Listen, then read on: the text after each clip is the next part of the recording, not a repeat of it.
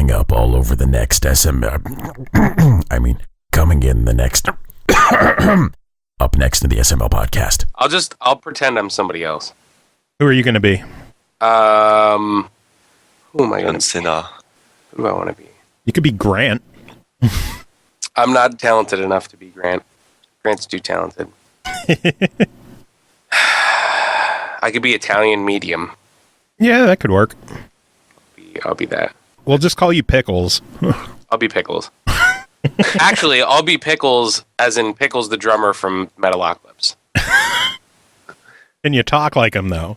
So I went to the mall the other day because I was going to buy that Cinnabon franchise. Too drunk. Couldn't do it.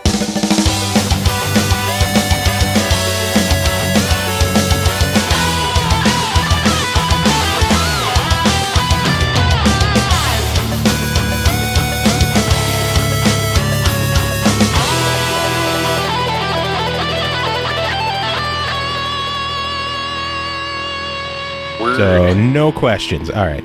Well, I guess. Just we're good to go.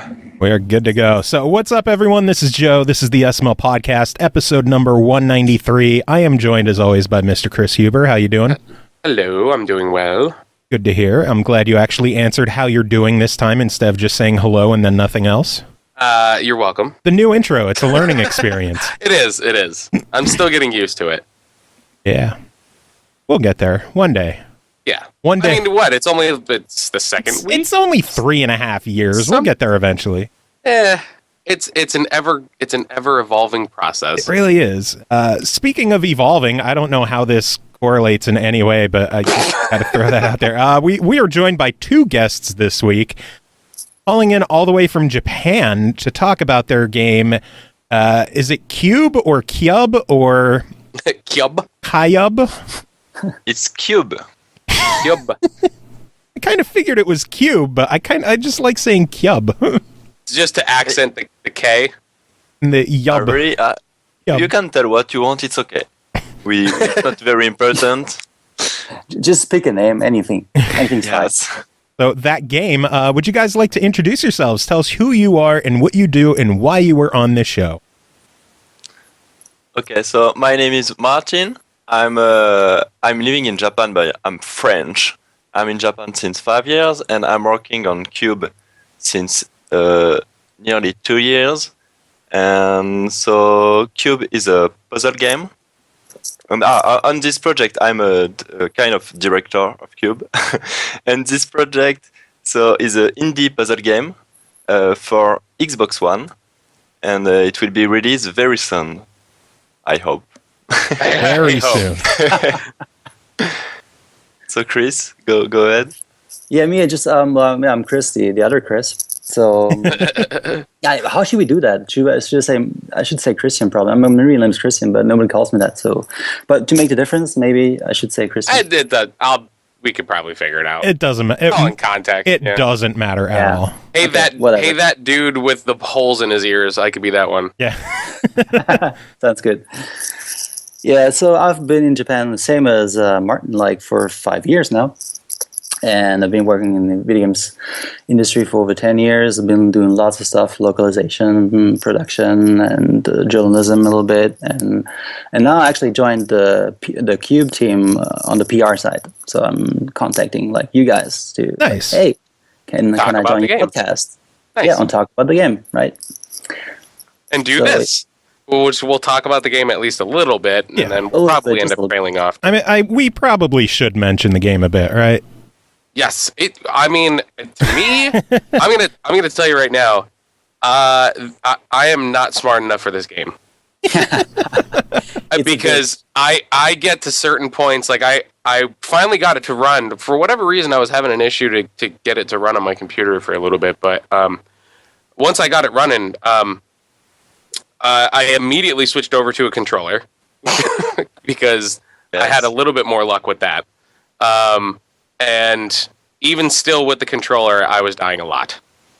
Nice. Because the game is very difficult. Yes. So it's why you should die a lot. And I'm very happy that you tell me that you die a lot. But Yes, the game is for Xbox One first, so it's true that the PC version there should be some issue on it. We still did not do work on it because we first have to release it on Xbox One, so we are focusing on Xbox One. Yeah, it makes sense. Fortunately for you, yes. So we should put it out there. The only thing that Chris and I have played so far has been like a press like demo, a 4-stage demo. So it's not like we're playing the full game. No. We're not that lucky yet. Did you guys finish the game? The demo. Oh God, no. I'm not good enough. I beat the first 2 stages. I have not had luck getting through the others, but it's been a couple of days since I fired it up again. I've had so much on my plate lately, but I love what I've played so far. For the people who don't know what KYUB is, do you guys want to give us the sales pitch on the game and just like tell us what the game is about? Yes, so the game basically, yes. KYUB is a puzzle game, so you move your own cube who has some abilities on a very cute Japanese environment. And it's not only puzzle, or you have to use your head, but you have also a lot of action platform phase where with your abilities, for example, you have color abilities, and with this color you can climb on wall, and it's become very like a rhythmic game, for example, in this case. So it's all about like another cube puzzle-based game, but with a puzzle phase and like kind of action phase. So a rhythmic, I don't know how to use the good pronunciation in English, sorry. A slow pace and fast pace at the same time, yes. There you go. Yeah, involving the platforming like in with the puzzle aspect is what like doing both at the same time is where I went like I just like I can focus on a puzzle at once, but if I'm having to make sure I move out of the way so I don't get hit by that, oh, never mind. Like I died again. Yep. I really like what I've played so far. We have seen a handful of cube-based puzzle games show up recently, including Cubot and Cubicolor, both of which we'd covered on the show.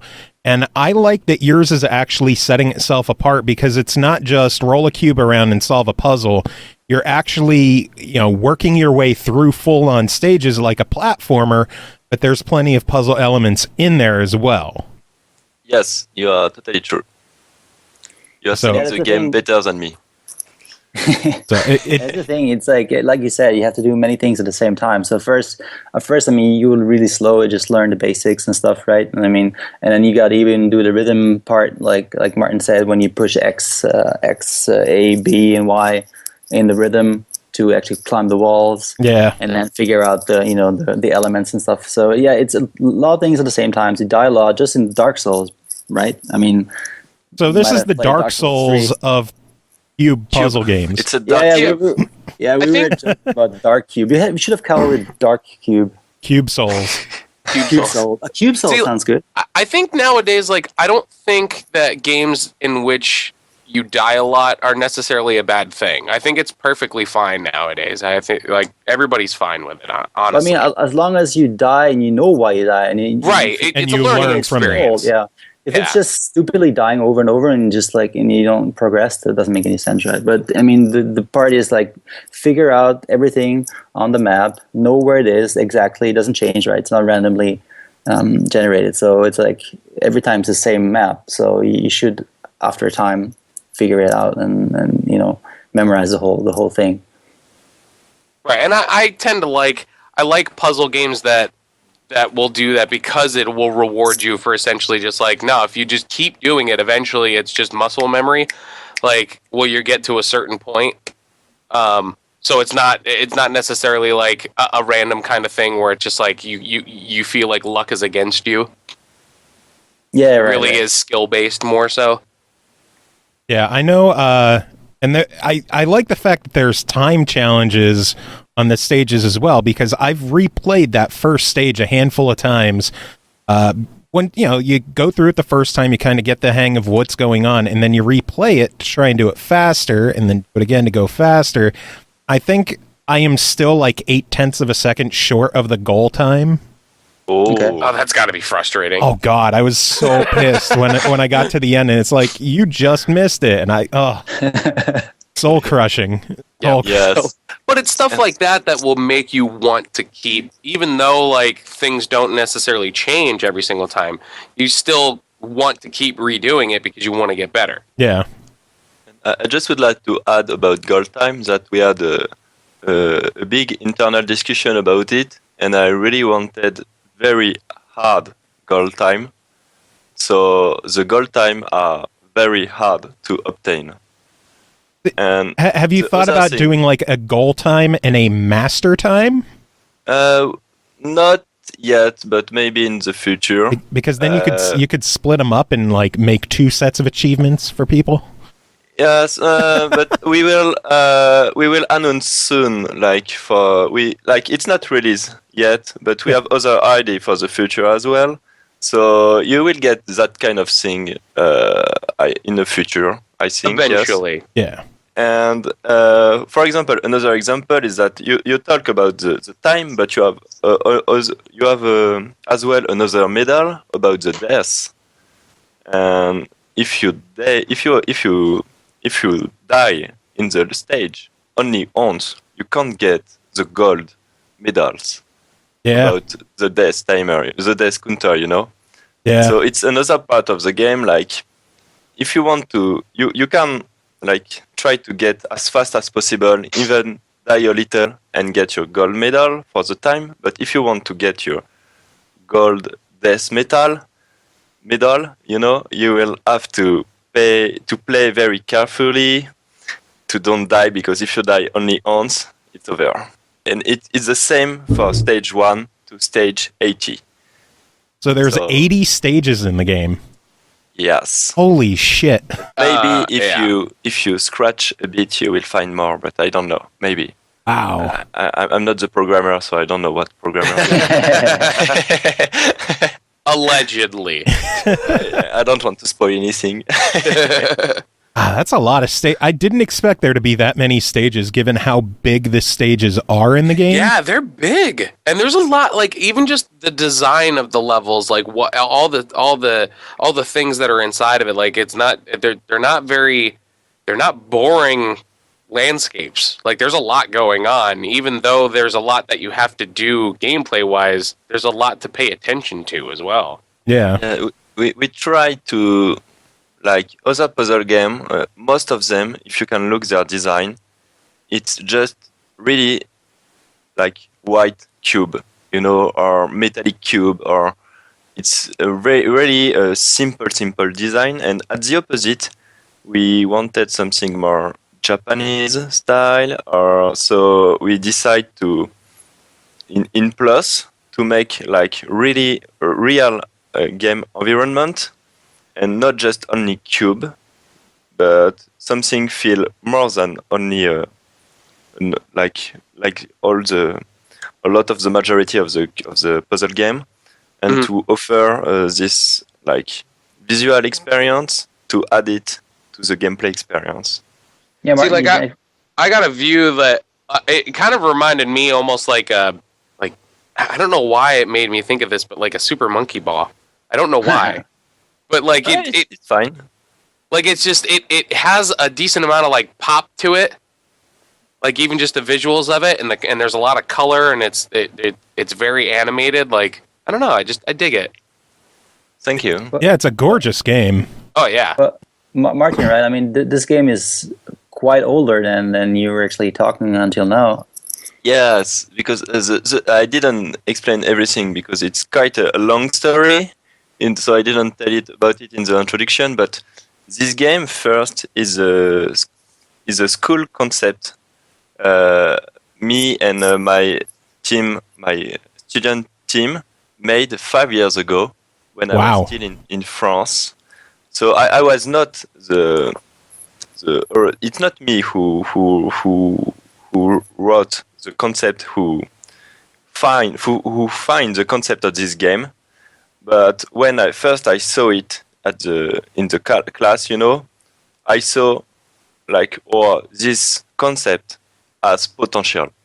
This game seems so good So I was very happy to be able to join this team, and because the guy who think about this concept just wanted to program, I asked him if it would be possible in the team to get project manager, and he said, "Okay, go ahead. I just want to program, to do my programming, you know."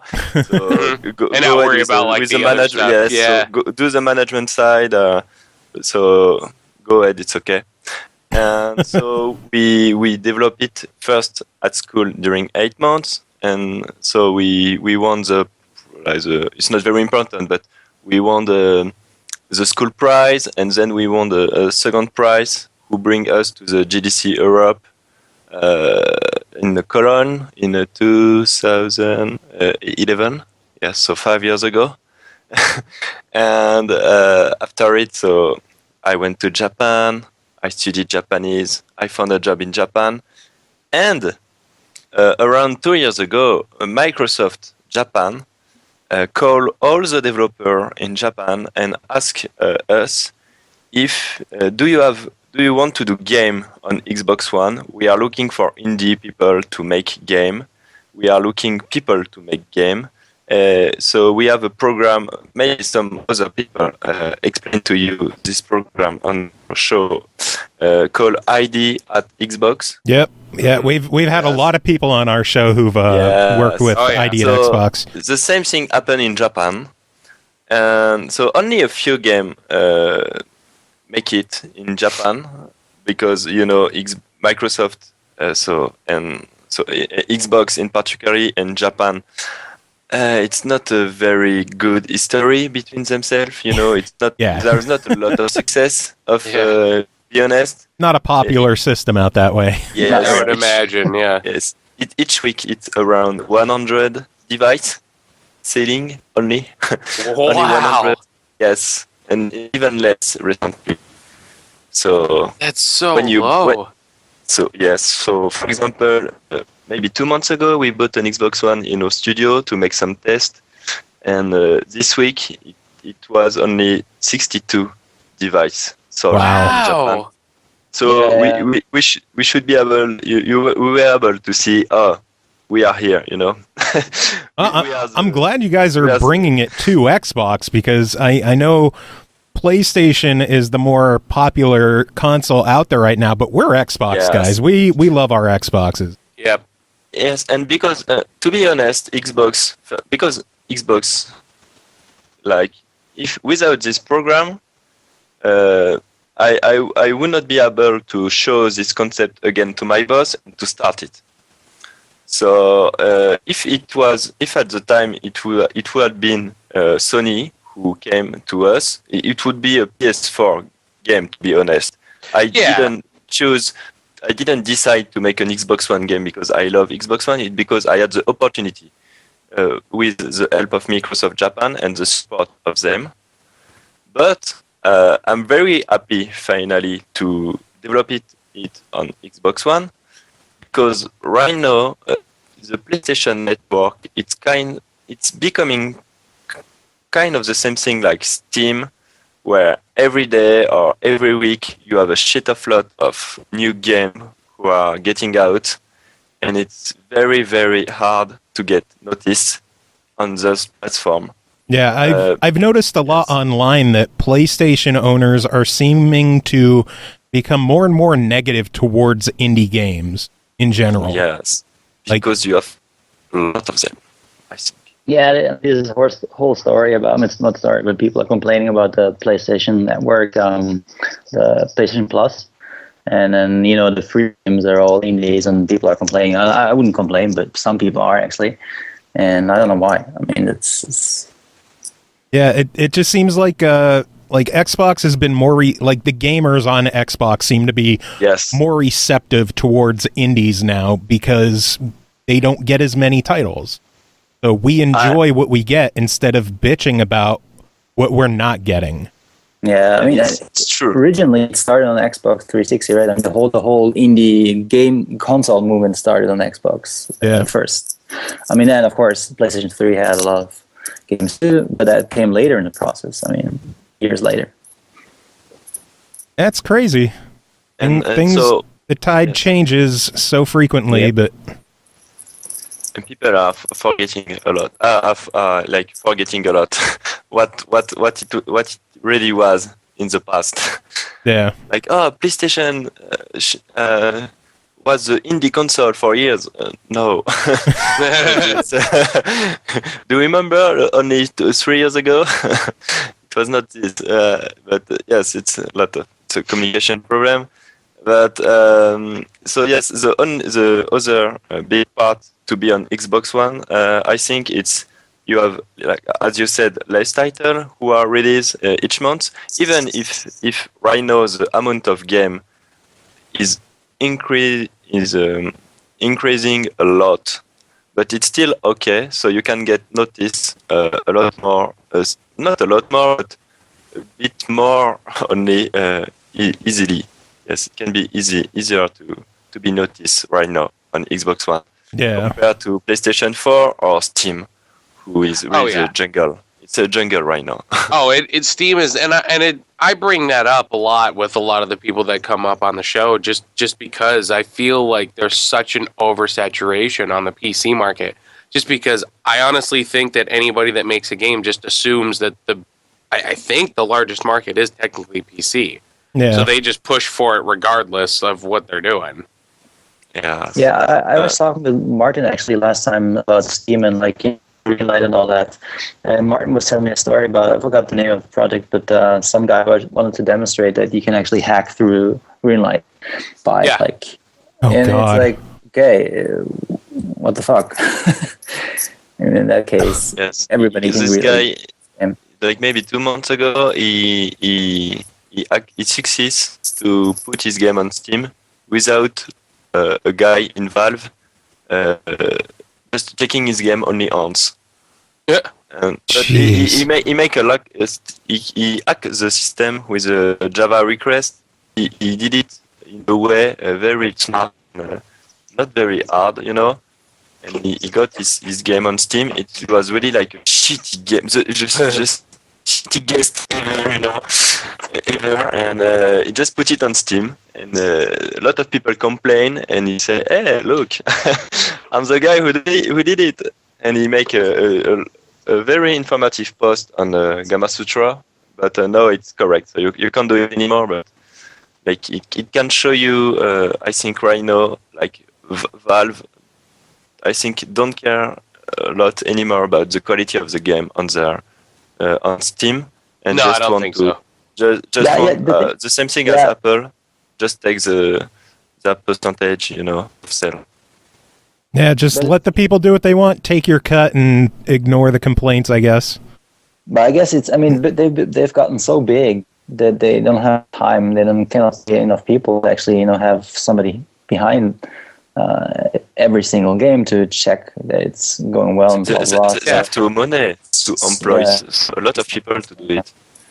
Just I think they don't care about the quality of the content they are accepting. Well, I mean, console. and again, it's just they're trusting. Yes, they're going quantity over quality. They're just, the more things that are out there, you're going to end up pulling in from those things. Even if they sell well or not, they're going to sell regardless, so you'll pull something in. Yeah. And it's very shady because they are trusting, like, okay, you want to go on Greenlight, and if you have enough people who like your game, because it's, it's the people who like your game are potentially buyer, just this is okay, to get through the process of to get your game on Steam. Mm-hmm. But like some people got only like 100 like on Greenlight, and they get validated, and some other people get a lot more and didn't get through the process. So I think it's weird that they don't. I think it's weird that they don't just come out and say, "Hey, look this is how we actually figure out what we greenlight," because they've never actually come out and said like it's a factor of this and this, or you know what I mean, like. Yes, but no choice. Which I mean, obviously, like if having that type of transparency, like it becomes a problem with how many people would attempt to get on there. But I just think it's weird that we have no idea, we have no control to base it off of. Yeah, it's a black box, just like he said, Martin, before. Just like Apple. Apple is a black box. I mean, you never know how you get featured. You never know. I mean, you have if you're indie, if you're not an indie, if you're a big company, you're not a big company. Whatever type of game, you never know what's going to happen. It's just like the team and the store manager. They figured they choose. I mean, it's their choice basically. So it's completely random. It's whatever they like this month. So yeah. It's messed up. Well, maybe it's not only what they like, but if you know the correct person, maybe they like money. Yeah. Well, I mean, any kind of entertainment is really kind of who you know, at least in some regards. So I wouldn't be too surprised if it was the same in video games, just as it would be in anything else. So, but in the same regard, you can put out a good game. And you'll gain enough. Yeah, you'll gain enough tread just on actual merit, because there is a lot of garbage out there. So when you put something out that's worth looking at, it'll get attention. A good example is Undertale. Yeah. Yes, who make a big surprise, big success. It just makes you wonder how many other games are out there like Undertale that are just fantastic games, but no one's heard of them because there's too much other just shit floating around in Steam. Yep. Yes. Steamy shit. Steamy shit. God damn it, Chris. I'm extremist on it. For me, like 3 game, like maybe half of the game who are released right now on Steam should not be released, in my opinion, but it's probably higher than that. Yeah. Yeah, but some people could say the same thing about KYUB. So but you know what though? I don't feel like they could. I think realistically, if you were to compare it to the majority of stuff that's out there, I think no matter what your opinion on the type of game or if the game is for you or not, I think you can easily look at it and tell that there's quality. Yeah, yours isn't just another 8-bit platformer. Yeah. Like you can tell that there's been time put into it. I have ever heard like some event, and I have heard some like comment like, "Oh, it's again a puzzle-based KYUB game, so." It's a little game, only €10, shit stuff like this, and you will forget it very fast, And people who had not even played the game, who can comment like this. But I know that there is always people who will criticize you, so I'm okay with it. But criticize without even try it, not so good. But it's okay. I'm ready. I'm ready for this. Is the internet age. It's like legally mandated that you have to bitch about things before you know anything. It's true. Pretty much. But, trolling has become like just a normality nowadays. I troll a lot, so it's okay. I try. I'm the troller of my company. Nice. Like I know, it's okay. But it will be too personal after, but I troll a lot. Just keep it. Well, give us some examples of you trolling. Yes. Tarantino do only shitty movie, and the best trilogy in the world, it's a Matrix trilogy. Okay. Yes, and the best movie of all the time, it's Matrix 3. Okay. Yeah, but I mean, you cannot get that seriously because he likes Super Dragon Ball, so Yes, Dragon Ball Super is the best among anime right now, and the new opening song of Dragon Ball Super called Shousetsu Dynamic is better than the old opening Dragon Ball song who is Chara Chara. Yeah, you can slap him in the face. He doesn't mind. Do you know Dragon Ball Super? I'm not a huge anime person. Berserk was pretty much the one that I got into the most. Ah, yes, nice. Yeah, our anime guy left 2 weeks ago. Yeah, pretty much. He was our resident. Well. Like he knew anything and everything. Wow. I've seen a few episodes of Kill la Kill, and my brain melted. I watched Golden Boy. That's about it. And Spirited Away. Because Dragon Ball is in France was really popular when I was a kid. Yeah. So it actually popular. was pretty much real time compared to Japan, right? It came to America pretty late. Like when I was in college, I think it was 2001 or something. It finally got to America. Wow, And- so late. Yeah, it was pretty late in America. So Really? I don't know. Now it's a huge boom because a lot of kids are watching it.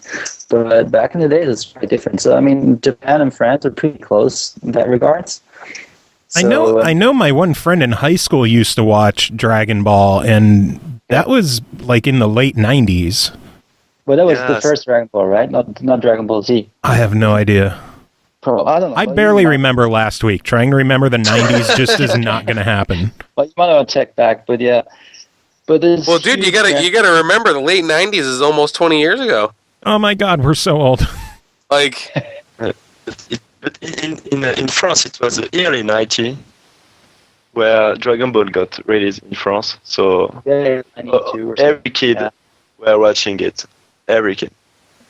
So Damn. you got a lot of French fans So- of Dragon So Ball. the thing, what happened is the new series, the huge comeback reboot of the series called Dragon Ball Super or Super Dragon Ball, whatever. Quality, the animation quality is really, really bad, and so a lot of people are complaining on the websites and then everywhere. So it's trolling a lot. I mean, it really is shitty. It's but there's I think the Blu-rays should be better quality. They have to produce them really fast for TV. I think I'm a big fan, but it's true that the quality animation is very as bad as a high game. But yes, I'm having a hard time hearing you guys. I think just you two are breaking up, but I've been hearing Chris okay. me too. Are you guys downloading a lot of porn over there or something? No, thing at all. I think it's the Japan connection who suck. I'm hearing very bad, Chris. To me, I thought it was okay, but not okay as well. Yeah, it seems like just the two of you guys are starting to break up quite a bit lately. yeah. Chris, are you hearing the same? Or Huber, Yeah, it's are you li- playing? No, I'm not. No, I've got the Skype call and that's it. Well, no, I was saying, are you hearing the same issues that I Yes, am? I am. Yeah, I am. I can hear Martin pretty bad, actually. You guys are fine. Same for me, for you. Goddamn Japanese internet. Oh, it's the Japanese internet. Can't you guys go to Korea where they have better internet? I think it's just the link between Japan and the state. Under the A giant squid is like wrapped around the internet cord right now. It's what I was. I was thinking Probably. a giant whale, but maybe it's a giant squid. Yes, better accurate. Yes. Whatever works. Oh man, so Dragon Ball, where were we? Yeah, well, Yes, Dragon Ball. Yes, don't watch it. Dragon Ball Super, it really sucks. Watch it. It's very fun. It was a big coma. Sorry for it. So yes, I like to try. Nice. Yeah, I don't know what's going on with the call. It's starting to get really bad out of nowhere. It's weird. Do you want to restart? Yeah, well, let us hang up with you guys quick, and I'll add you back in. That might help things. So Okay. Let's give it a shot. Yay, Skype. hung up on them. Skype's my favorite. Yeah, And now, how is it? you sound That's good a little again. better. Yeah. Yeah. Good. Yeah. But Chris is on the toaster, so I don't know if he. Trying to call him back in as well. Nope. He sounds like Boo. Sounds better. Oh, You sound good, yeah. There Yes. we go. Okay. Nice. It must have just been an internet hiccup. Probably like after a while, it's It's like, are you guys still connected to Japan? Really? Like Okay. how much internet do you guys need to take up right now? Yeah. For your shitty show, really? Oh man! So let's talk a little bit more about your game. We might as well talk about that a little bit. You said it was originally conceived back in 2011, but how long has the actual Xbox development been going on for? Like 2 years, you said? Yes, around. We start the development on Xbox in July 2014. But we start to develop on Unity, so we get first. Maybe we get to first Xbox a bit later because we start to develop, make a prototype, then show it to Microsoft, and then after we got the dev kit. But I don't remember when the dev kit arrived in the company anymore. Like nearly 2 years of development. I think it was the same time as Dragon Ball came out in France, right? Yes. And so it's for me it's my first time to working on a project so long time, and so it's a very, very good experience. I'm very happy and proud of the team I have. I have right now because it's a very good core team in my opinion. How big of a team are you guys working with? Maybe core team is around, but the number of people changed during the production. But it was around 6 to 7 people.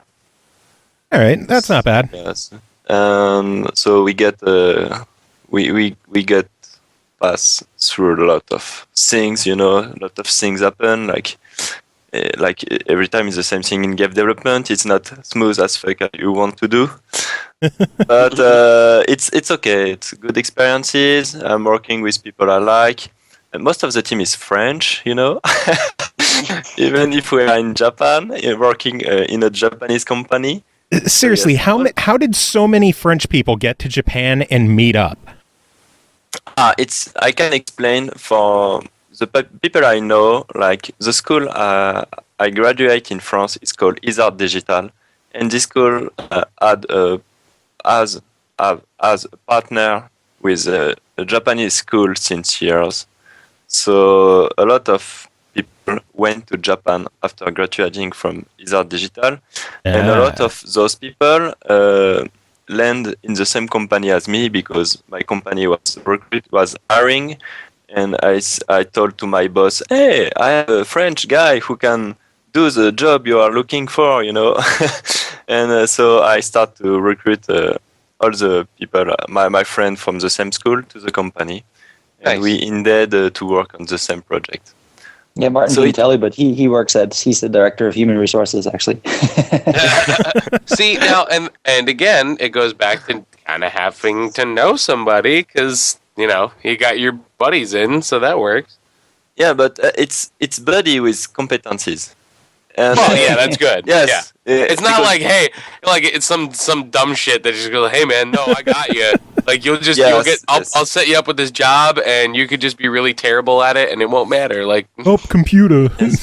But it's buddy from my school. So, but I think school right now make friend. It's cool and very important. If you want to work in specific field, because when most of the time I think connection is very important to find work.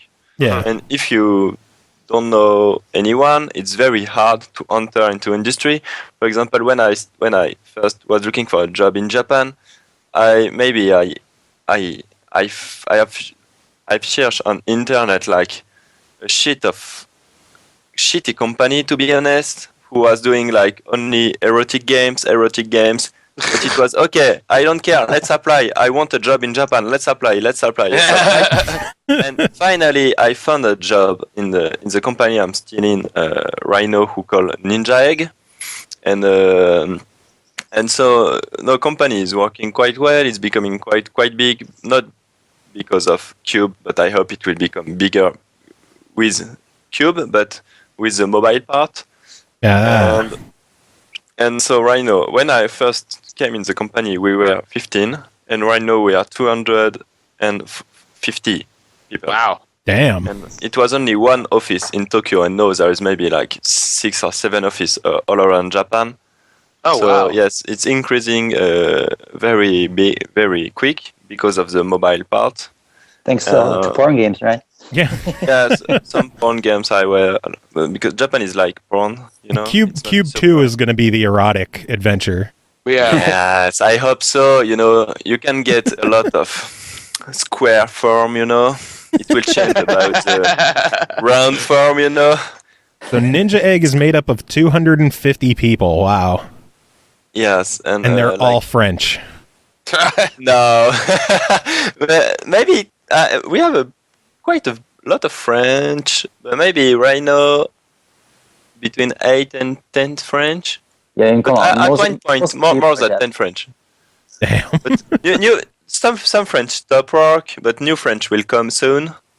So yes, around 10 French. Importing new French people daily. Right. Yes, it's how it works. Because if to be honest, it will be a bit harsh. But if you let too many Japanese people on a project, you have a lot of chance that this project will become shit. So Yeah. you have to put other people on it as well. You got to balance it out. It's Yes.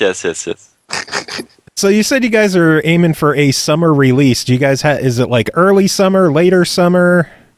Yes, As soon so- as the certification is Yeah, that's the thing. okay. We're in certification right now with Microsoft, so we're waiting for the yes. Yes. So it could be anywhere from like next week to August. Not No, next week, but I guess the earliest would be end of June, right?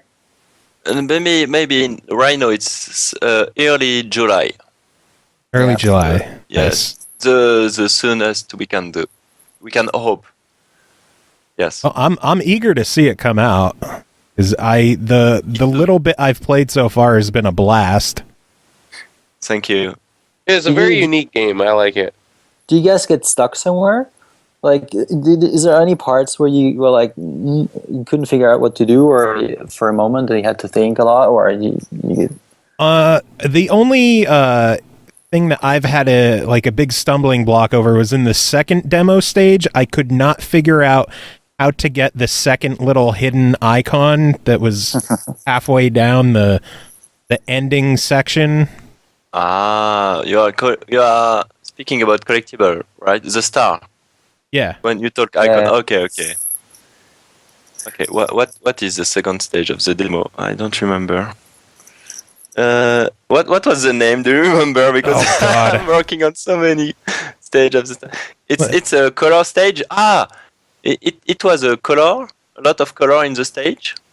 I think so. I don't know how loud it's gonna be if I open the game, but I will try it. Let's find out. The element one, because right for people who don't know, in the demo we put an exclusive demo level first.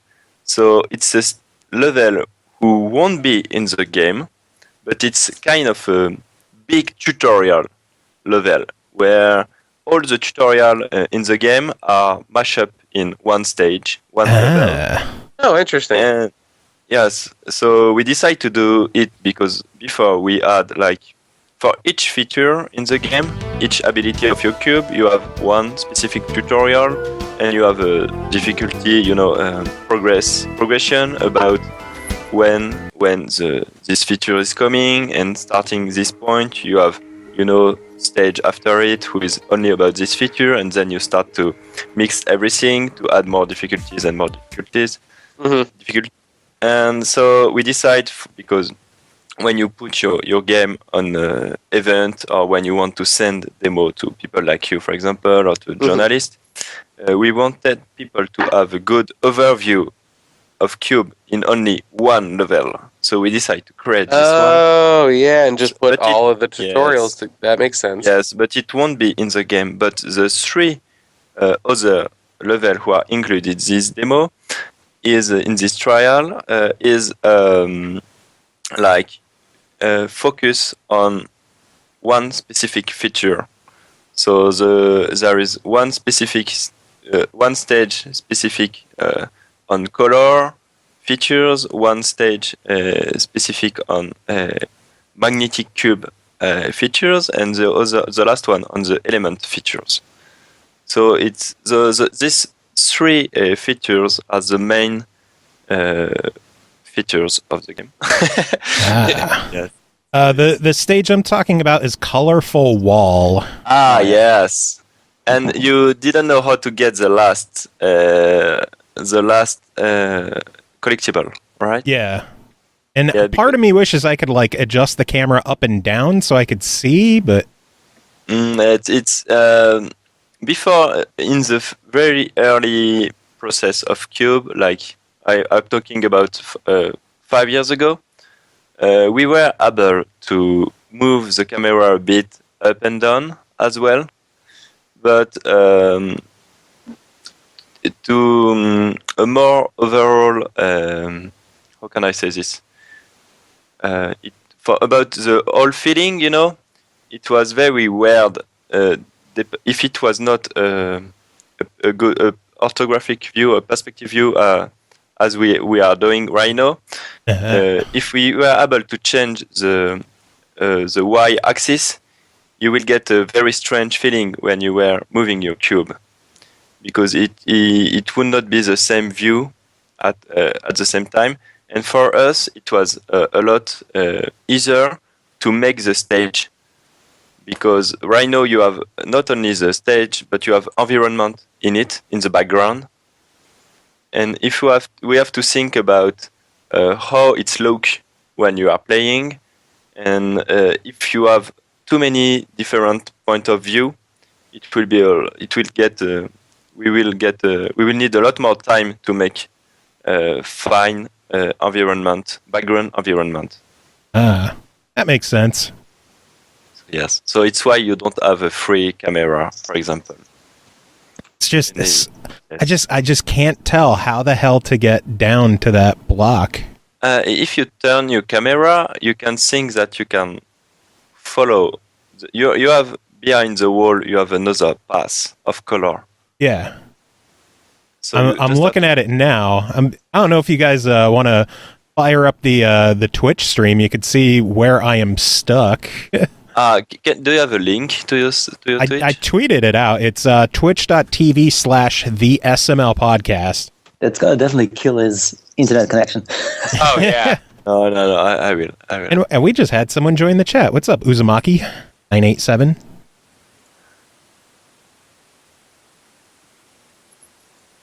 Yeah, I've been struggling with trying to figure this one out, and I always hit the wrong way when I'm trying to adjust the camera. Yes. I'm so bad with Twitter. Time to find the Twitch. Okay. Oh, your Twitch is telling me that it's for an adult. It's a.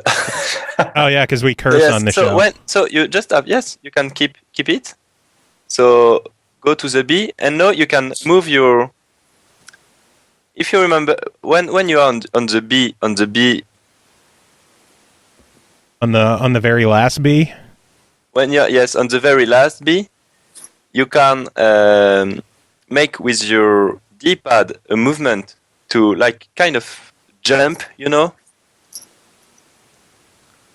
I'll have to get back down there. Left. Yes, like if you do.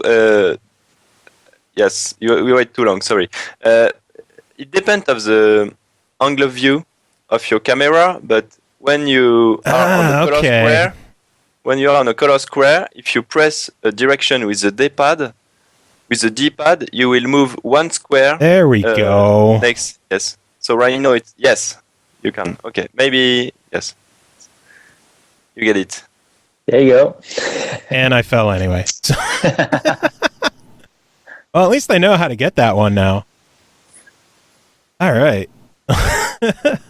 Now you get it. Okay. So, yeah. I watched you fall. It was great. Every time I try to adjust the camera in the game, I always screw it up. Always. There's no fail. If I want to move to the left, it goes to the right, and if I want to go to the right, I move it to the left. Yes. We will try to implement this these little things in the next version of the game.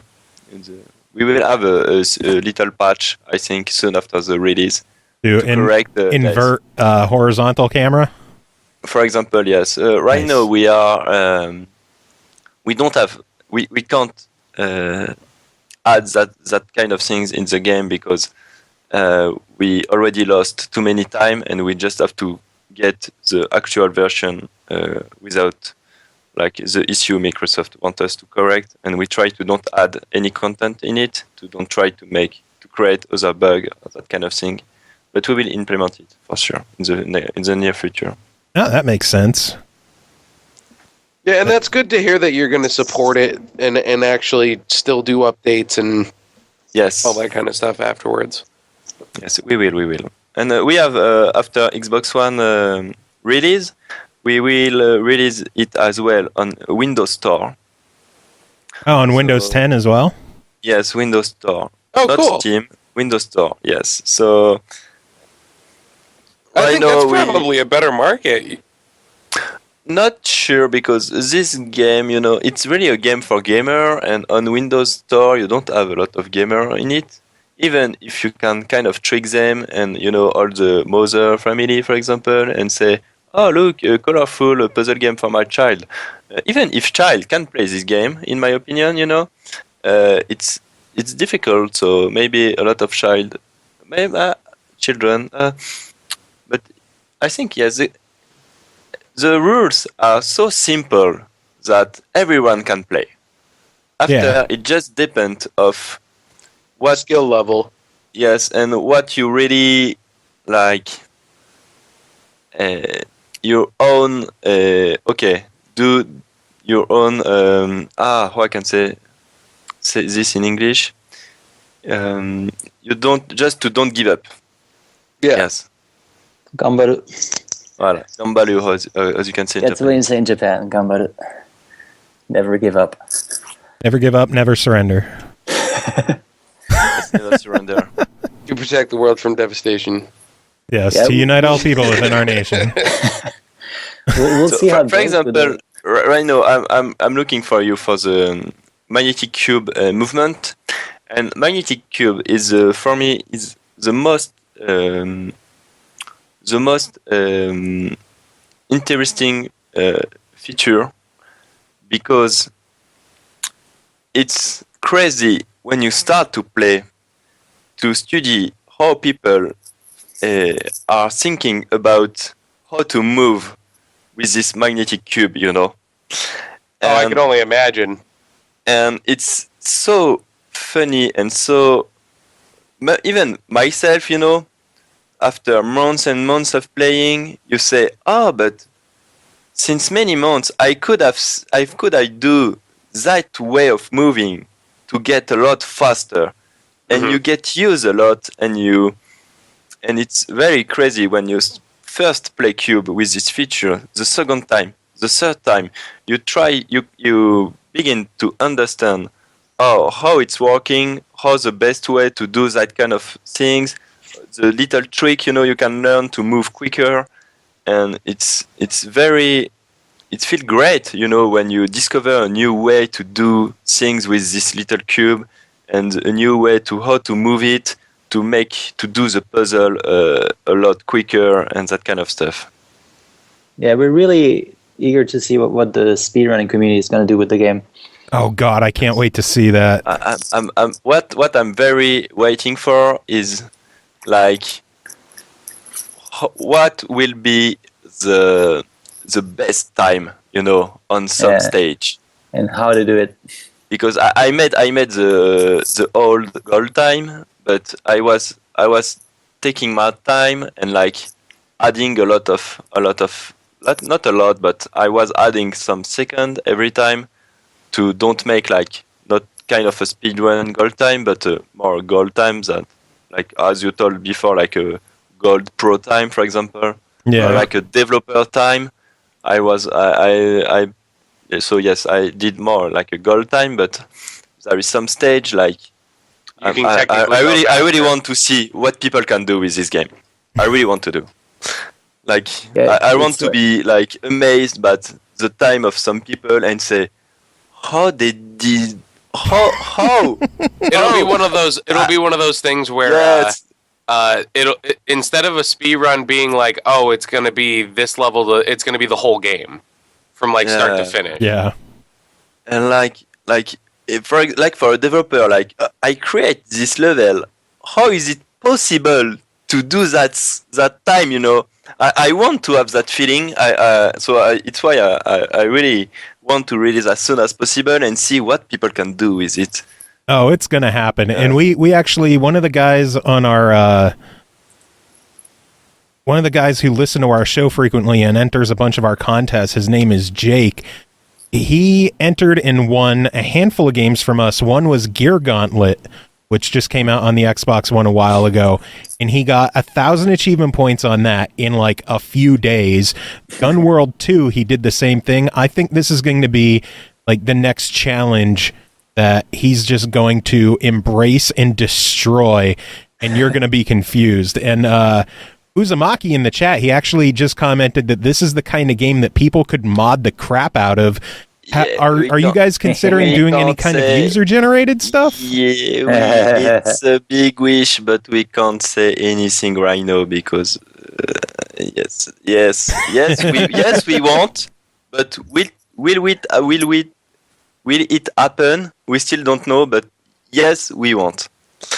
It's the only thing we can say right now. It's that a strong wish to do it, but will we be able to do it? I still can't say yes.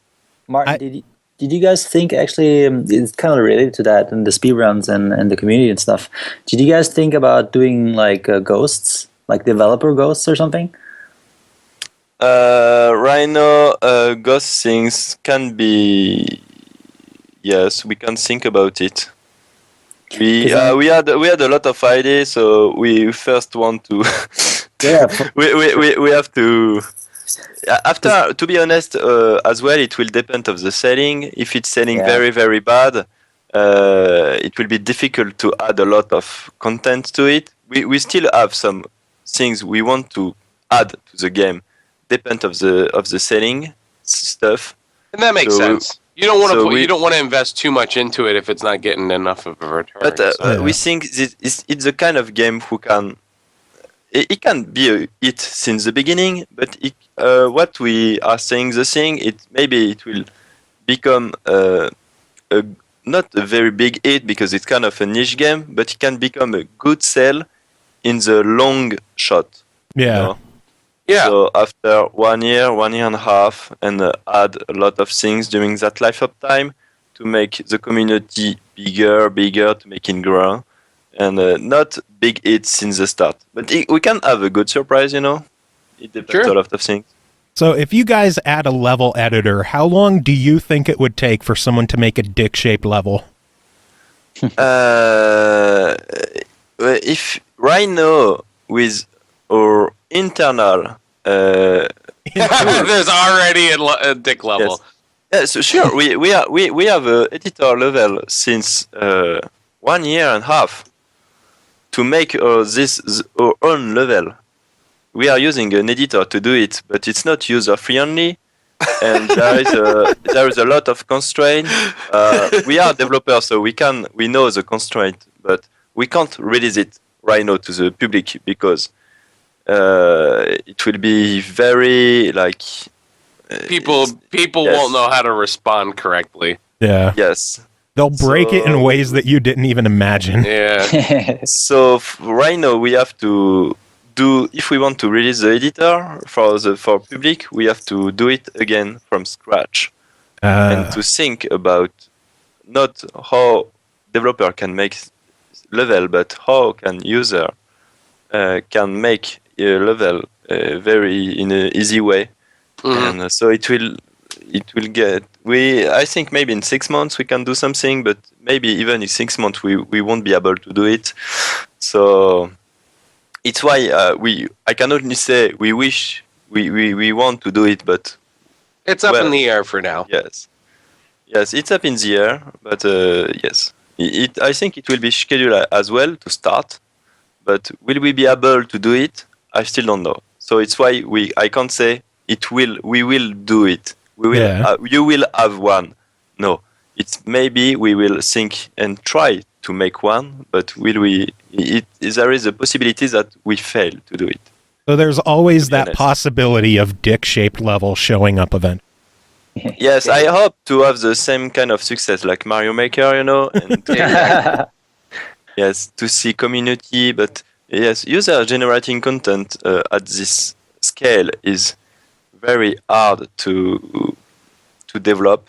Oh, I can only imagine. It's like because you're essentially having to try and put your own program within a program. Like, But it's for example, it's not only this, but it's all the control around it, like how the publish is working. How do you publish your own level, for example? There is a lot of pipeline, there's a lot of control. I'm not even aware of about all this step, so I can't even represent for myself the amount of work to be honest. So for example, if people want to make a deep shit level and create like a Hitler SS stage, you know, how do you control it? What can you do to? do you need to have someone like monitor them at all times, or like, that'd be annoying. Do you guys remember Little Big Planet at first when it came out? And people are starting to make games, and like they were actually copies of old. Oh Super NES yeah, that's games. right. They had huge problems with that at first, and I don't know. So Yeah, people are always gonna make, I guess, homages to those old games that they grew awesome, up with. right? I mean, it's great, but how far is it? You know, how far can you go with it without? Because I know that there are some levels that got deleted Yeah, because of that. So yeah, you never know. So, so what kind of games are you guys playing right now? like I said before, Dark Souls 3. Every stinking developer that we talk to is always like, you know what? When I wind down, I'm gonna play Dark Souls. Like, Yeah, I don't understand. Yeah, I mean, I'm actually at the Nameless King. Once I beat him, I'm at the end boss, and I'm fine. I'm done. So I should finish this week, I guess. Me, I'm playing League of Legends. Oh no! Huge fan of League of Legends since 5 years, since season 1, and since 3 months we have our own Japanese server, so I can play with a nice ping. So I'm enjoying the game a lot more. But I start recently Witcher 3 as 2 because I have a new computer, so I can play the Witcher 3. So yes, Witcher 3 and League of Legends. You're not. And Are you guys all aboard the Overwatch train or no? Oh God, Not at all. No. I don't play MOBAs at all. So I'm just fighting games. That's all I play online. I don't play FPS anymore since I'm in Japan because I like to play that kind of game with my friend, and my friends are all in Europe. So if I want to play with them, I have 300 ping and latency, so I get kicked by the server. And every Blizzard game is very bad about server. Ping. In my opinion. Because for example, when you I tried to play Hero of the Storm on the Europe server, and I got like the game was not smooth. It was like beep beep beep beep. You know, it was like I don't know how to explain it. Maybe you can understand. Like your character was moving and freezing, moving, freezing. Yeah, And the amount of latency and lag is probably horrendous.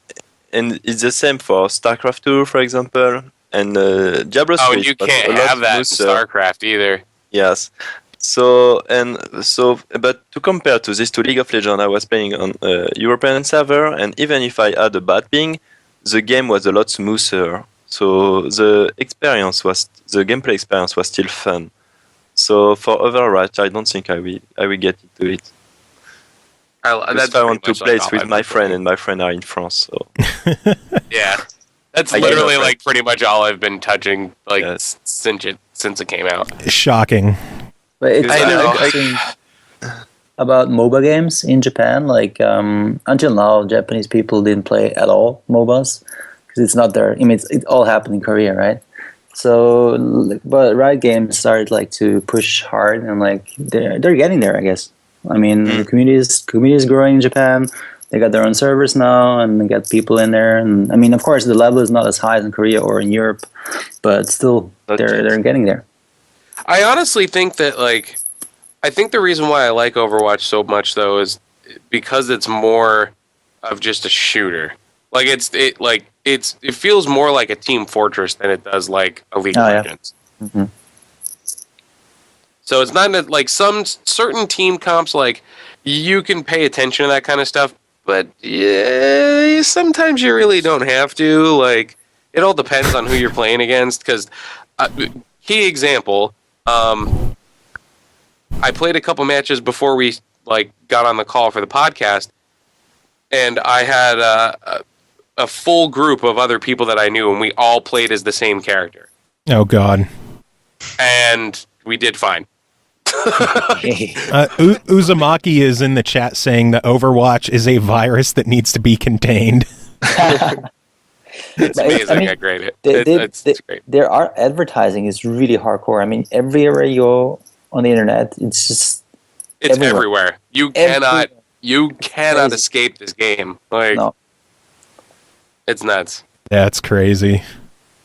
But anyway, I know we are creeping on, I think, a little bit over an hour that we've been chatting with you guys. Is there anything that you guys wanted to chat about before the two of us move on to the rest of our episode?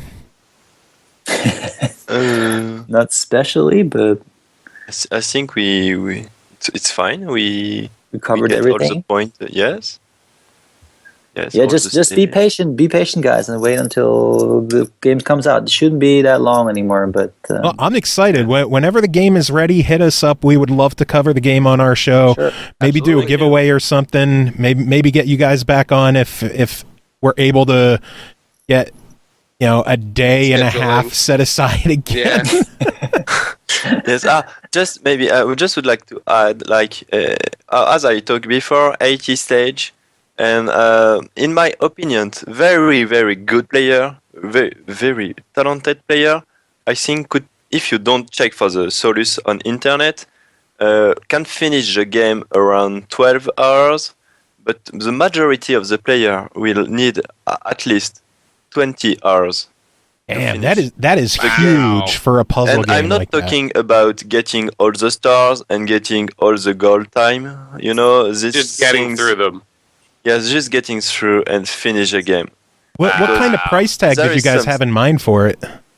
Because some stage look easy, but when you are in front of a puzzle, when we make playtest in France like a few months ago, like some people were able to spend like 30 or 40 minutes in the stage and don't feel upset or boring about it because they were just trying and just to resolve the puzzle, and it was it feel very great to see people even 30 minutes in the stage, and don't give up. And when they finish, I were able to hear some cry, like some, "Hurrah, yes!" it's just like Dark Souls.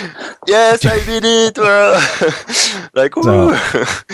The sense of accomplishment is very big in this game.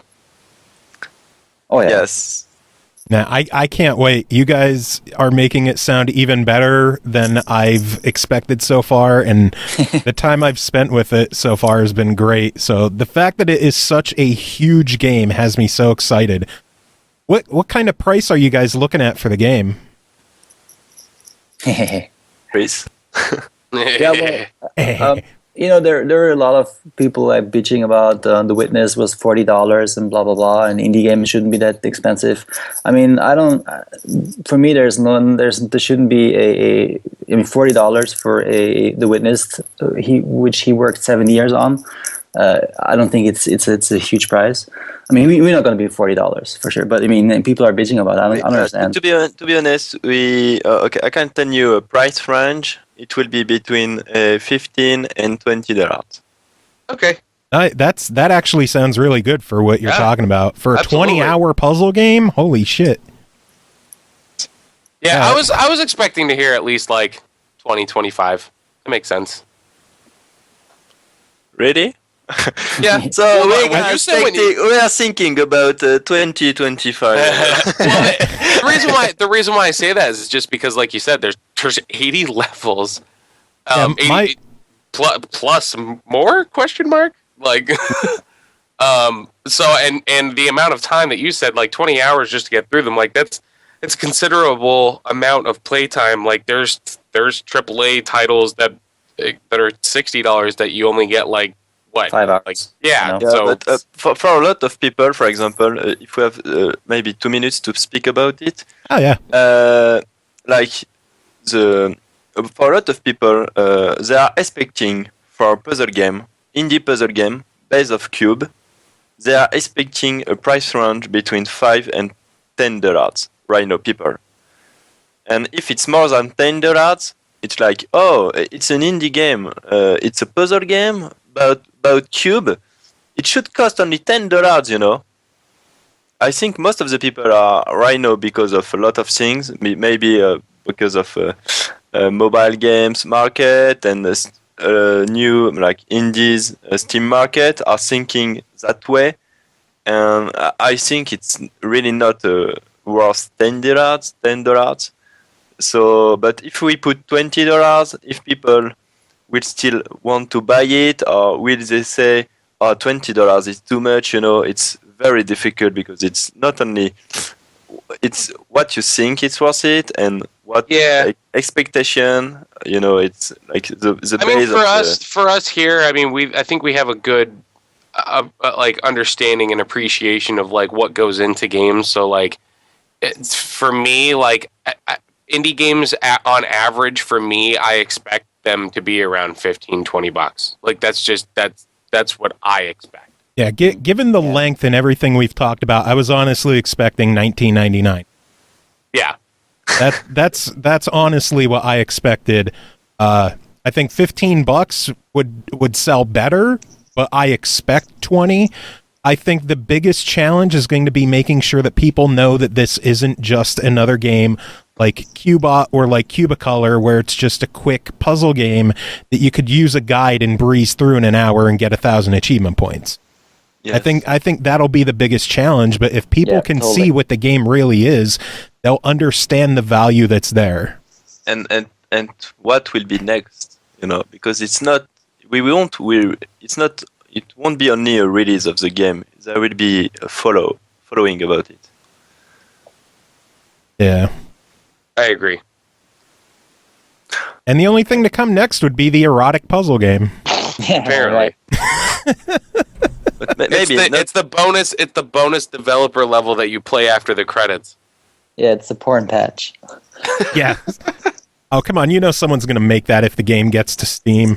Probably. Yes. The nude I mod. hope to. I want to have some porn VR based square cube, you know. There you go. I'm dreaming of That's it gonna be every that day. is the market that everybody wants to get into. Like, Yes. I mean, you know, Japan porn is with the- Minecraft. Yeah, Yeah. Japan is the biggest porn industry in the world, and Yes. and I'm yeah, not surprised. And VR is, I mean, if there's the first country is gonna really sink into it is Japan. I mean, Oh, it's you gonna know it. Yeah. explode. It's gonna explode like crazy, Literally. literally. I mean, it's like we're already starting. So. If you want to talk about porn industry in another podcast, you can invite us again. It's a date. Let's schedule it. That's a date.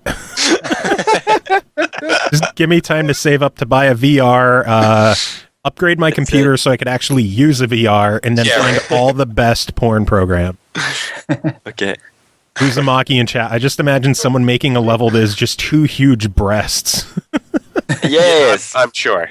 We try to don't put penis in your stage. It was difficult sometimes, you know. Like, this form is too penis-like, so we have to find another pattern, you know. So yes.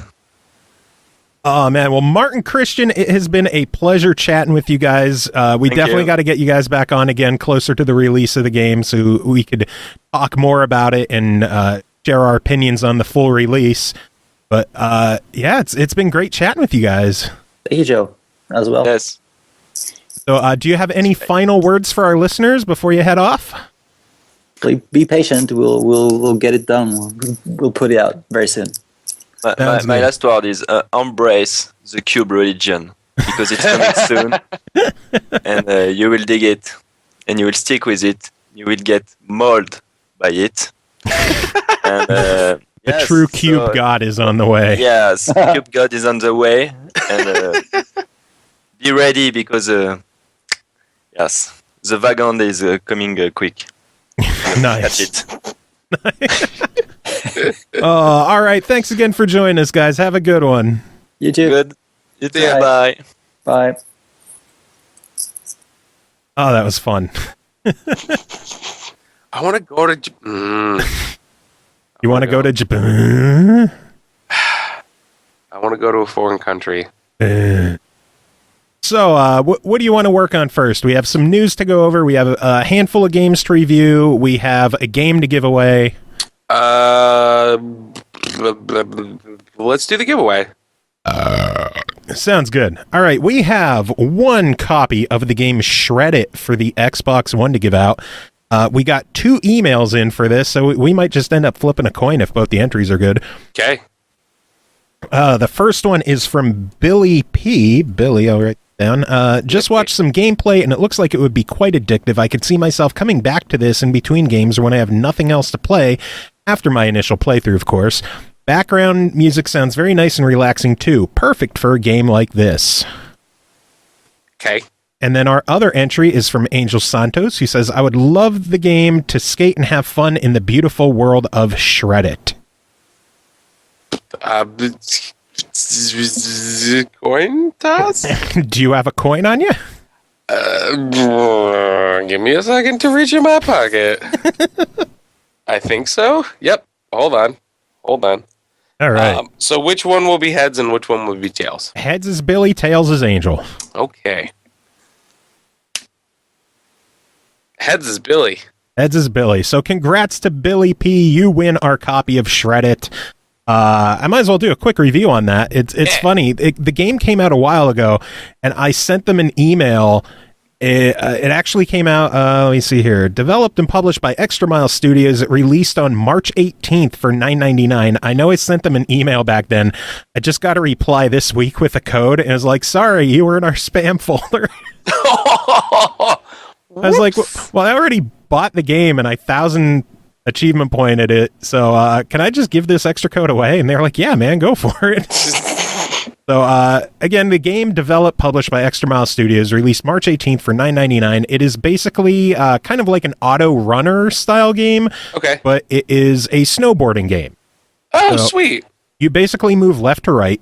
You have to pick up leaves, there's stickers that show up every now and then, jump over and avoid obstacles, all the fun stuff like that, like an auto runner. Okay. The game, the visuals are like all hand, like paper cutout. It is gorgeous. Really? Like, I love the visual style of the game. The music is super soothing and relaxing. It's a really cool game. There are some issues with the game, and the developers are aware of it. There is a glitch where if you move all the way to the right on a stage, sometimes you get stuck there and can't move left. And they are aware of it, and they actually asked me if I could give feedback on like when it has happened to me. So they are definitely out there trying to fix it. They don't know when it'll be taken care of, but they are working on it. So I'm just giving this a quick review since it's a fairly older game, but I guess not old, but 3 months. Yeah. It's ancient, technically. 3 months is ancient in video game years. Well, I mean, for indies too. Yeah, true. They come and go very, very fast. So I'm giving it a try it for $10. It is a fun game. Again, I spent the time to 1,000 point achievement point thing. I knew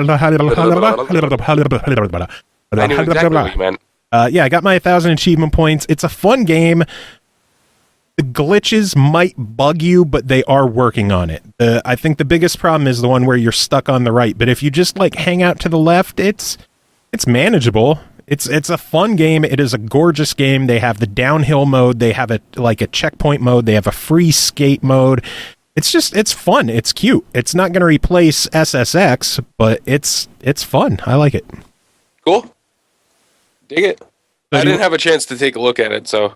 Oh, you son of a bitch. We'll do another quickie review for Ollie Ollie 2 XL Edition. I want to play this game. And Not a Hero Super Snazzy Edition. Both games. Oh, yeah, because you got the bundle. Yeah, both games are developed by Roll7, published by Team 17. They both released on the 24th this week. Ollie Ollie is $14.99. Not a Hero is $12.99. Or you can get them in the double pack with Not a Hero and Ollie Ollie 2, the Bunny Lord Pro Hater pack, which is $20.99, and it's actually on sale now for $18. So a cheaper bundle is on sale. I talked with John of Roll7 on our last episode, so if you didn't listen to episode 192, go check that one out. Ollie Ollie 2 is a lot of fun. You have to be in, I think you need to be more into skating games, and it's a very fast-paced, it's more like a rhythm game than a skating game. The best way that I'm trying to think of another game that was that twitchy, because it is like it's very reactionary. Yeah. It's very fast-paced. I guess really high-level Tony Hawk games had that level of, like you'd go from that trick to this trick to that trick to that. You had to do very long lines, I guess. Yeah. Long combos. This is kind of similar in that, like, you have to force your character to land when you go to do your tricks. You can't just, like, do the trick in the air and then wait for your guy to just, like, roll away. You have to forcefully push a button and time it correctly. Yeah, and it's like a rhythm game where timing is everything. So if you hit the button at the right time, you get a perfect landing and the highest score. If you fuck it up, you're going to get a shittier landing and a shitty score, or you might just wreck completely. If you're only going to buy one of these two games, because Not a Hero is probably one of my favorite indie games to come out this year. Really? Yes. It is a 2D cover-based shooter, which a lot of people don't realize this is a cover-based shooter. I've watched so many people streaming this game where they just run and gun it, and they die constantly. You gotta use cover in this game. You could get away with it in the first town, Vodkaville. You get away with just running and gunning. In those later stages, when guys have shotguns and Uzis, you're going to fucking die if you're not in cover. Look, sounds like you gotta get in cover.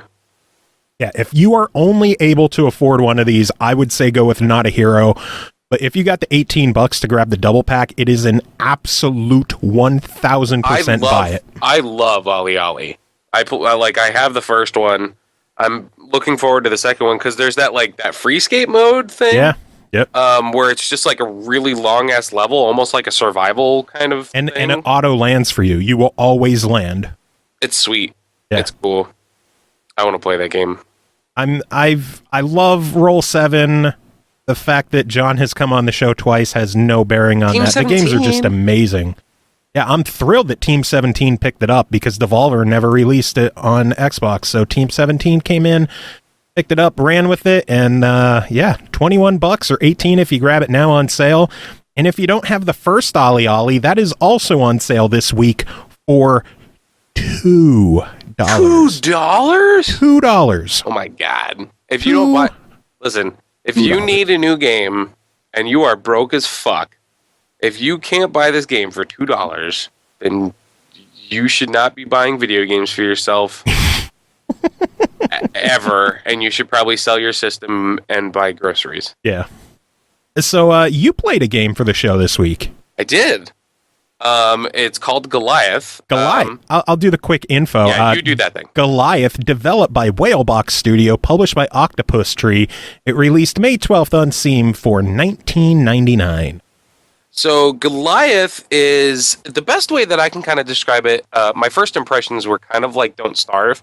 So it's a survival game. Essentially, you're dropped into a thing. There's a small cutscene at the beginning of the game to show. From what I understand, it looks like you're in like a World War I, World War II fighter plane kind of thing, and then you crash land, but your guy's got a bionic arm. It's got this like quirky cross between like super innovative, like mechanic, almost like steampunkish type of thing, but also with survivalist, like old school. It does have that like slightly creepy vibe of Don't Starve. Like some of the enemies are like giant spiders and boars and stuff like that. But there's a couple things that it does very different from Don't Starve that I think is really neat. Now, a lot of those survival type games, I feel it always seems like you're too squishy, like you're too vulnerable. Yeah. Like one thing can go wrong and you lose your guy and you got to fucking start all over again. This game, like literally one of the first things that you do, and what sets it apart from a lot of the other survival type games, is you make these giant like mech suit things. At first, obviously, they start out with just like they're wooden and twig, but right out of the gate, you build one of these things and you're just housing people, and even just like collecting resources takes seconds as opposed to minutes, because instead of you like having to go up to a tree and just like chop and sit there for a couple seconds to actually chop it, you can walk up and just one punch it with the mech suit and you're golden, and it just explodes. The other thing that you could do is you don't have to be in the mech for it to like, you could just have it follow you around. Nice. So it all depends on what kind of items that you find and stuff like that. There is an actual like questing system, so kind of almost like Kingdoms of Amalur, or almost like a traditional like MMO style. Go run, collect this thing, come back, give me the thing. I'll give you experience and reputation within this faction, because there's different portions of the map that almost act like different planets. And they have like different type of biomes that you can find different types of resources in. But you have a home base that essentially just like teleports from planet to planet to planet. It's very in depth. The crafting system is really in depth as well. And they give you ample inventory space, which is really nice, because that's one thing that really pisses me off with survival type games, where you're constantly just running back and forth to your home. There is more than enough inventory space that if you go out and just running and exploring for like hours, you don't have to immediately go back home. Yeah. Which I think is really, really nice. I just think like overall it has a lot more depth than some of the other survival type games in that, in the similar type of vein. There's more to do, basically. Yeah. And again, I think the pacing of it is a lot better, because like I said, as soon as you jump in, one of the first things that you get to do is you get to craft this Goliath thing, and man, like the gameplay just gets completely different from there, and it's really, really cool. And then you're leveling up the certain Goliaths, and one of the earlier abilities that I got from mine was being able to essentially whirlwind. So I was a fan of that, obviously. Nice. Because whirlwind barb forever. But shocking. Shocking. Yeah, I know. But yeah, it's fun. It's really, really cool. I dig it. And and this is the other thing that I thought was absolutely amazing about it. There's a mini map, like an actual mini map. So when you're on like, if you're on a traditional quest, it'll give you an arrow to like, hey, you should go that way. Nice. Because a lot of those survival type games, like, yes, they drop you in, and like, it doesn't necessarily hold your hand for everything, because you still have to like figure out when you want to build stuff and when you're going to gather resources, and what order to do certain things, so that you're not like gimping yourself. But when it comes to the actual like campaign and doing like the storylines and all the side quests and stuff like that, it seems like there's a pretty decent linear progression that you can go through. Awesome. So what's your verdict? I would say if you're a fan of the like survival type games, I would say absolutely buy it. I think there's the visuals are really, really good, and I think there's enough depth to warrant the purchase. Obviously, like, it is a little bit more on the pricier side than some of the games that we'll talk about some, on occasions. But I think in this case, it's absolutely worth it. Nice. All right. 2 more games to talk about. One, we actually outsourced our good friend Wood, who's been on the show a few times. He covered a game called, I'm probably going to fuck up this pronunciation, but Koihime Enbu. Oh, it is Jesus. It is developed by Unknown Games, published by Degisa. I don't know. I'm ruining everything. It released May 19th on Steam for $39.99. As of right now, it still has a 15% discount down to $39.99. I am just going to read his review. This is an anime fighter featuring typical female anime tropes, though this time with a Chinese aesthetic. All fighters are female. A lot of them use spears or polearms, with a couple that use swords and one that uses her fists that I naturally picked up. The bottom line, it's a fun game that's good for a collection, but it's a hard sell for competitive players, especially due to lackluster netcode. And I'm going to toss this out there. Wood had issues with netcode, and I believe it's because he lives in Japan, right? Yeah, I believe in Japan or Korea, one of those. Yeah. And I believe that the servers are still setting him up with American players. Oh, yeah, that could be a problem. Pretty much every other review I have seen online says the netcode's fantastic. Interesting. So I'm still going to read his review exactly as he wrote it to us, but I just want to put that out there that his issues with the netcode are very likely due to the fact of where he's located and who he's playing. Makes sense. Yeah. So I'm just tossing that out there. Presentation. This game is gorgeous. The fighters themselves are done in a similar vein as Guilty Gear Xrd. 3D models shaded and animated in such a way that they look 2D. The fighters are really well crafted and animate very well.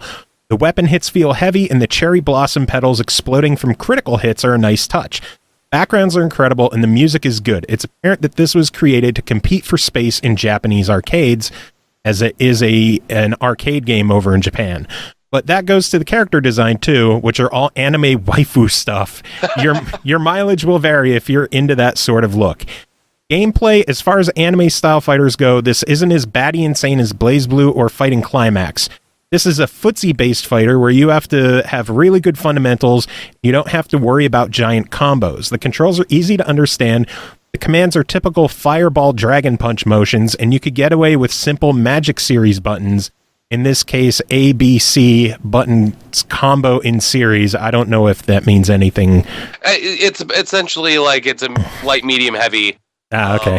Like it's, you could string together punches, string together kicks, or combinations of 3 or whatever. Makes sense. What I don't like is that when you go to do the Magic Series, you can no longer cancel into specials, and I have no idea why that is.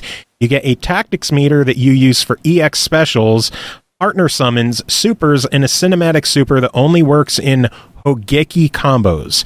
The Hogeki system is what makes this game stand out. You have about 3 attacks: anti-air, low crush, strong attack, that will stagger an attacking opponent when you get the timing right. You know you got them right when the screen shakes and the gong sounds. That's when the crazy juggles happen in this game, and it's pretty satisfying to land on people. The offline modes are good. You have a typical arcade mode, but the scenario mode is where the story is told. Something about your character fighting from some province for some royal heirloom, I think.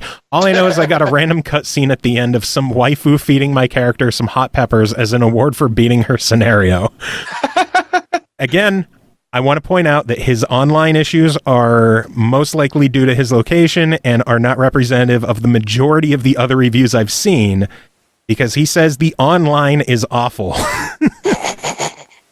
Despite living in an age where even Mortal Kombat has rollback netcode, this game still uses input delay. That in itself isn't a deal breaker, but in the 20 games I played, I still ran into noticeable delay in every action. Considering this game is all about footsies, reads, and reactions, it's a deal breaker for being an online warrior. For casual fighting games fans, try it. It looks great, plays well, and it's still fun even if you're just mashing. For more serious anime fighter fans, try it. The game rewards good fundamentals, and it's fun, even if you're better off in offline mode with your local fighting game crew. Plus, it's a more complete game than Street Fighter V, and it only costs $35. Ooh. And again, That's Street Fighter V. Hey, one more time. The online issues, it's very much probably down to from your Japan. mileage may vary because of his location and who he was. makes sense. Yeah, I just want to be clear on that because when he sent me the review and I read it, I'm like, every other review I've seen of this said the online's really good. Are you sure? And he's like, it might be because it's setting me up with American players. So Possible. very much comes down to that. Got it.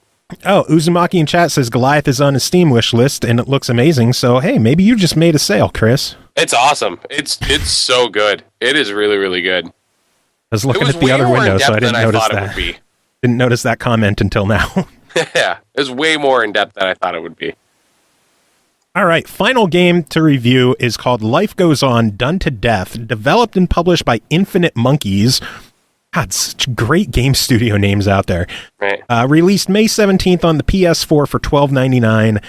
This is kind of a puzzler platformer. You control a series of knights, and you need to collect a chalice. And So is it like Lost Vikings? I haven't played Lost Vikings in so long that I can't even compare it. Okay, that's fair. Dude, that's how old I'm getting. You only control one at a time. But when one dies, you can hit X to summon a new one. Thing is, you need to die because there's spike traps, switches, there's saws, there's flames, and you use your bodies to get through the puzzles. So if there's a spike trap, you jump into the spikes, and then the next guy jumps on top of you and across the spikes. If there's a button, you need to find a way to kill your dude so he lands on the button and stays on the button. Amazing. So you could get through a door or it can move a platform or whatever's going on. That sounds wonderful. Each stage has a goal time as well as a goal number of deaths. You could get a gold medal for meeting the requirement, or there's also like a pinkish purplish looking medal if you like greatly exceed the death tally goal. Okay. Like I don't mean exceed it, but not like not die. Okay. yeah, like if the goal is 10 and you get like 5, you'll get a better medal. Okay. Although hilariously enough, there was a trophy for dying 100 times in a stage and still completing it. And of course you looked that up so that you can do that. Oh god, yes. Yeah. I saw it and I was like, yeah, I got to get this. Like that's an easy completion. On top of that, there really are some cool trophies in the game. There's like one of the very first stages, there's one for fitting, I think, 26 people in the spikes, which you need precision to land that many people in how few spikes are available. Interesting. So it's not something that you'll just get. You have to work for that one. Interesting. And then there's a trophy for fitting one more. Which I laughed my ass off, and it was like fit 26 people, and it's like fit one more. The game is ridiculous. It is hilarious. It is incredibly fun, and it seems to be very long. I've been playing it for a few hours, and I don't know if I'm anywhere close to the end. I didn't look up to see how many stages are in there, but for the $13 that it costs, I'm giving this one a buy it. It is just so much goofy, enjoyable fun, and you have to think. It's very much like The Impossible Machine, where the contraptions just get those. so complex that you have to plan out and know where to land someone, and it's fun. It's good. It's worth grabbing. That sounds cool. Good stuff. Good games this week. I unfortunately did not have time to cover any of the Pinball Arcade stuff for this episode, so we'll have to talk about them next week. I know a lot of people are excited because it's covering like Addams Family and Ship Troopers. I promise they're coming. It's just been incredibly hectic around here, especially considering I got 2 games that were going to go to Pappy. Oh, that's right. Now I got to cover. Oh, yeah. Oh, yeah. But there is some news to cover really quick as well. Sure. It is a fairly good week for music game fans, as Rock Band got a 2-pack of Gin Blossom. Yeah, it was Found Out About You. Was that one of And them? Hey Jealousy. Yeah. So the 2 Gin Blossom songs. Don't they have like 1 or 2 other ones? I have no idea. I don't And then Rocksmith got a 3-pack of Chevelle. So I had a reason to buy some more Rocksmith. Yeah. That got Vitamin R leading us along, Hat Off to the Bull, and of course the Red, which has to be on everything. Everything. It still has me mad that Chevelle is now in Rocksmith, Rock Band, and Guitar Hero, and the clincher is only in that piece of shit Guitar Hero Live. Please, God, bring it to Rock Band. Like, anytime I want to play that, I gotta fire up the 360 and play a custom of it because there's not a real song Not of a it. real one, yeah. Some more Xbox news. There's a big heaping helping of Xbox news that came out today. The games with gold for June were announced, where the Xbox 360 is getting 2 big ones in XCOM Enemy Unknown, which is still a $40 game, and Super Meat Boy. I will love to have a second copy of Super Meat Boy. And even better, it's the real version of Super Meat Boy with the Danny B soundtrack. Yes. And then Xbox One games aren't as good, but still a nice selection with Goat Simulator and The Crew. Yeah, I think The Crew is a pretty decent game for gold. I mean, I don't think it's one that people will actually actively go out and buy, so it's, And it's been out for a while. And yeah. so if need be, they could always make some money up in the DLC for it. Yeah. Well, maybe they'll make Rise eventually. Or was it a Games with Gold and I missed it? Rise? No, it never was. Yeah, why? Fucking why? I don't know. People have been talking about Rise for 2 years now, and it's been so long. Who cares? Like, just fucking buy Rise. It's been 2.5 years. Just get it. But I want it free. I feel like that's one that I should have gotten for free by now. Fuck. There were leaks that were incredibly fake about what was supposed to be June's game with gold, and for the 360, it was supposedly Red Dead Redemption and BioShock Infinite. Oh yeah, sure. Which right there, like BioShock Infinite was already free for games with gold. Yeah. We've never got a duplicate in America, so that already shows how fake it was. And then on the Xbox One, it was Rise and Lictum, which came out last month and is a terrible port. Fucking why would it be those 2 games? It's dumb. People are dumb. Pretty much, yeah. People are dumb. That's why it was those 2 games, because people are dumb. Uzumaki in chat, Steam got lit this week. I have 9 games in my wish list now. This is going to be a fun summer.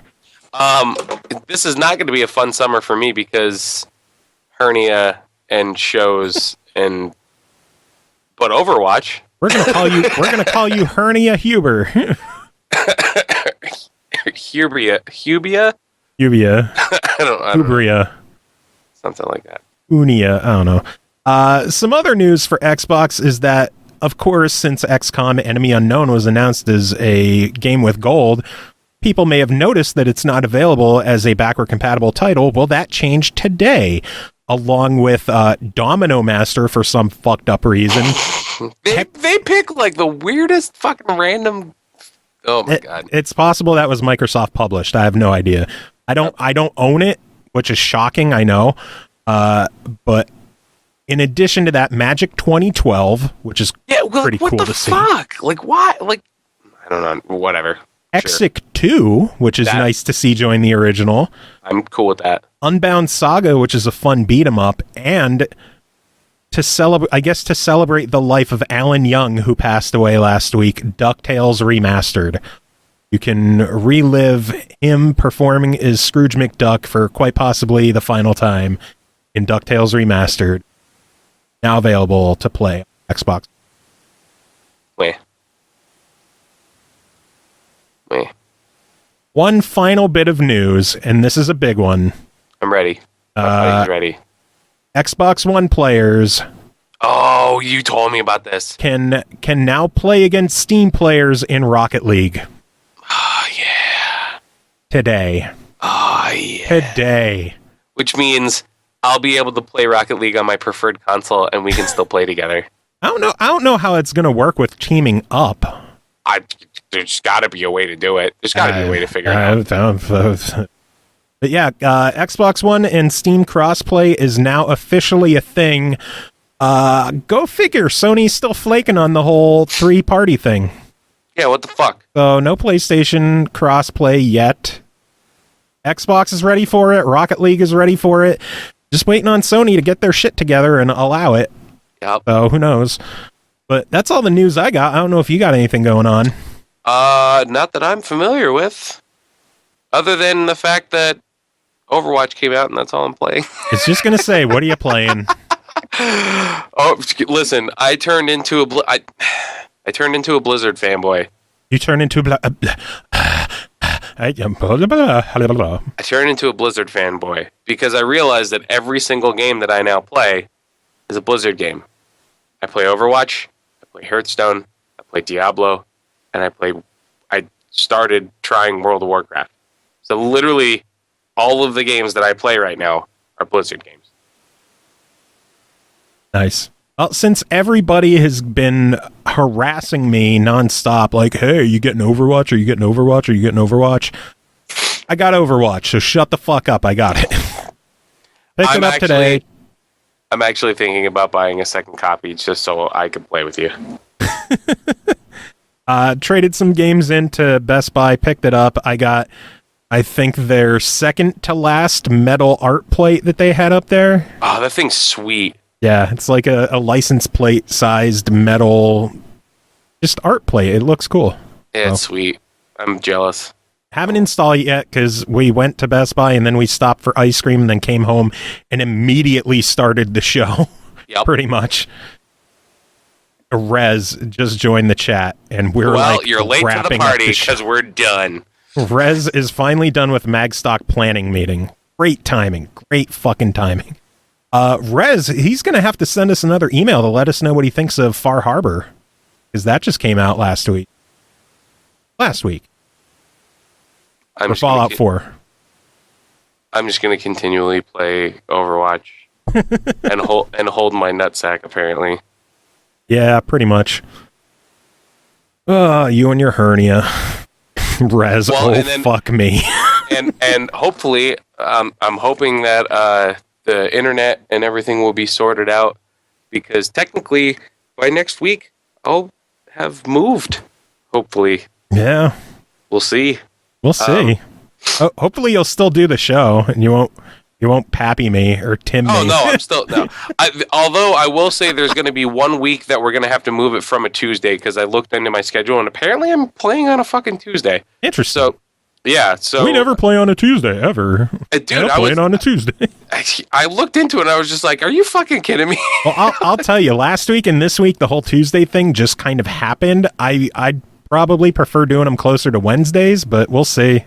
Yeah, we'll figure it out. It's a week to week thing. We have no one to work around anymore except whatever guests want to come on the show.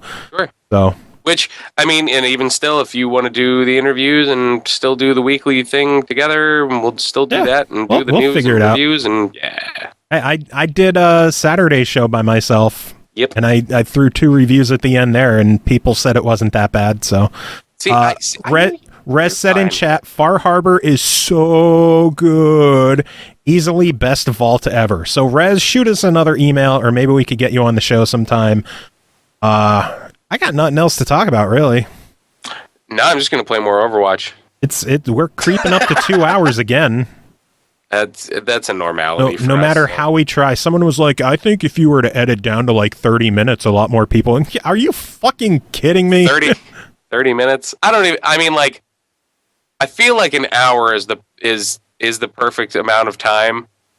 But let's be honest. I mean, like, if we're going to do an interview plus the other stuff, because the other stuff normally is the hour. Yeah. So it's really the interview. So if you don't want to listen to the interview, just skip around the middle and figure out when we're going to start talking about the other stuff. Seriously, episode 200 is coming up. I guarantee that's going to be like 7 hours. Not to mention the fact that like you're probably going to want to listen to all 7 hours. Yeah. Because we're going to have I'm sure we're going to have like a bunch of retarded people on here. So. Rez, don't ever limit the bullshit. We don't plan on it. Everyone who tells me you should do a shorter show, I'm going to make it longer. Well, the only reason why we can't go too long is because like it's very difficult to set aside that much, like that large of a chunk of time all in one sitting. Chris, if you weren't doing this show right now, what would you be doing? I would be You'd be playing Overwatch. So the only thing different is you're talking on Skype instead of playing a game at your computer. I'm saying not every time though. Because apparently I'm playing on a Tuesday. Fucking go figure. So, dude, they literally, like, when I got that job, they were just like, oh, yeah, if there's ever anything important, just to schedule it on a Tuesday. We never do anything on Tuesdays. Yeah, it's going to be in work in progress for the next few weeks. We'll figure it out. Since everything has been kind of in upheaval lately. But thanks to everyone for listening. Thanks to the people in the chat who've been hanging out with us for the past hour or two, or in Rez's case, the past 4 minutes. It's been over, well, because we had to stop the recording at one point, didn't we? I never stopped the recording. We stopped the Skype call. No, the call, we were still in the call, so the call has still been going. That's right. Okay. Yeah, because I was like, shit, we were actually probably on there for longer. This is a 7-hour show itself. Music this week, I'm going to do some Super Meat Boy from Danny B. Nice. To celebrate the fact that we're getting Super Meat Boy for free next month if you don't already own it. Plus, it's the proper soundtrack to the game. Yes. So we're gonna listen to some Danny B. And if you're, by chance, if you're playing Rock Band on the 360, still hit up Rock Band Network and grab some Danny B songs. Yeah. They're on there. There's a couple, right? Yeah. I think 3 or 4 of them, something like that. Yeah. So, final words? Some love. Final words are Overwatch is here. Oh, damn it.